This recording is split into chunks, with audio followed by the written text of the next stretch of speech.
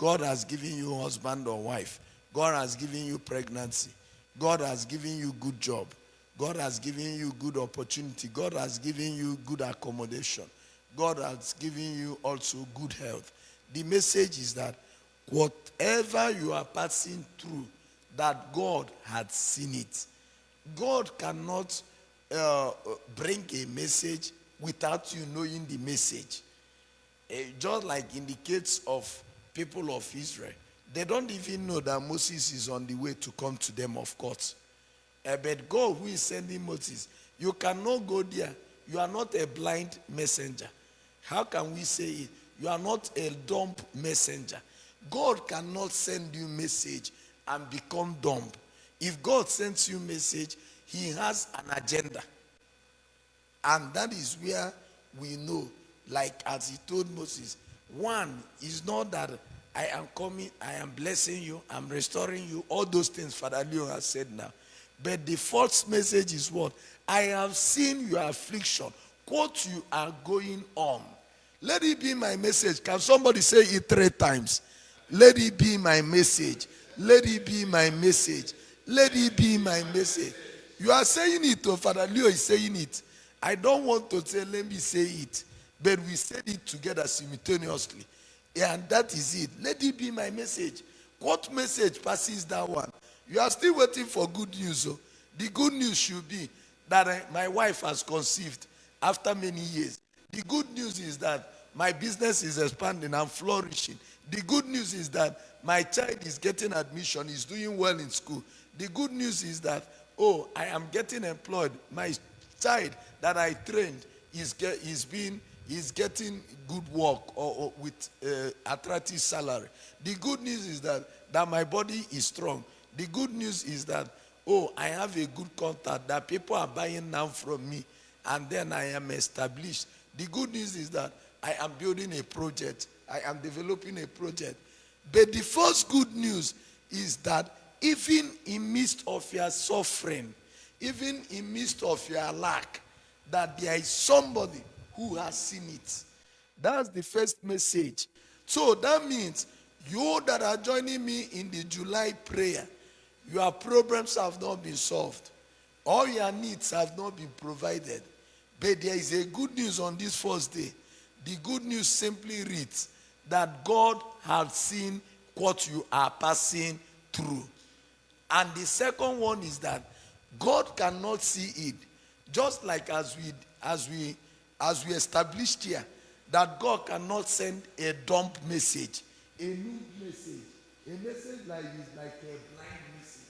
But the correct English is a dumb message.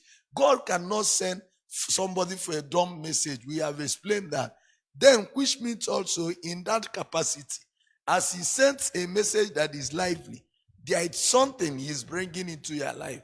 Not just that I am seeing what you are passing through, but at the same time also, I will liberate you from oppressors. I will do something God cannot see and then do not do anything. In fact, it's better that he does not see. But once he sees, he's taking action. And now the third thing, powerful. What happened? Oh, that you will go to Pharaoh and tell Pharaoh, that's you and your people and the elders of the community.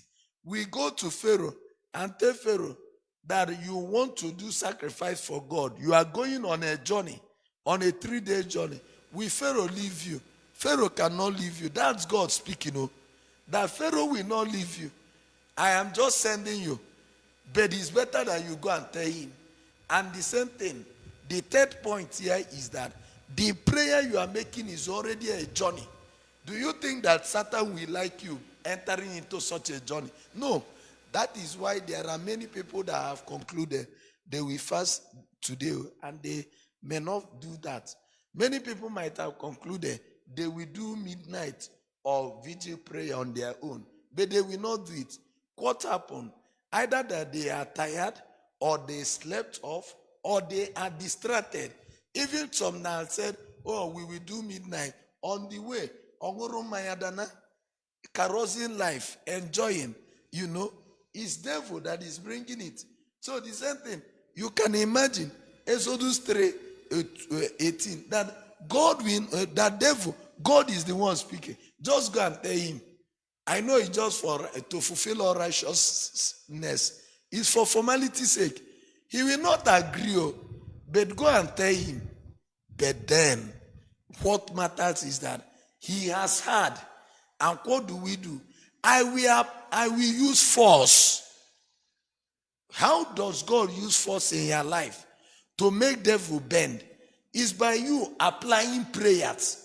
So the force God told Moses he will use on Pharaoh today is that force comes to you by doing what? Applying prayers. So that force is applied. If your God does not apply the force, devil will not do what? Bow. And how do we get God to apply the force? Through our prayers. As simple as that. And that is why we see the hardship, the suffering, the afflictions, and nothing is happening. Because no one will make him quitting. I know Satan will not agree. You are going on a journey of prayer, but Satan will not agree. And that is the truth. But one good thing about it is that we apply force. And that is why I'm not giving up.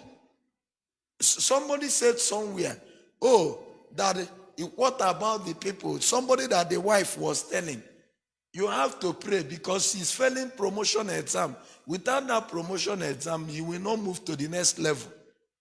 And then he actually did the exam and fell again. So the wife encouraged him.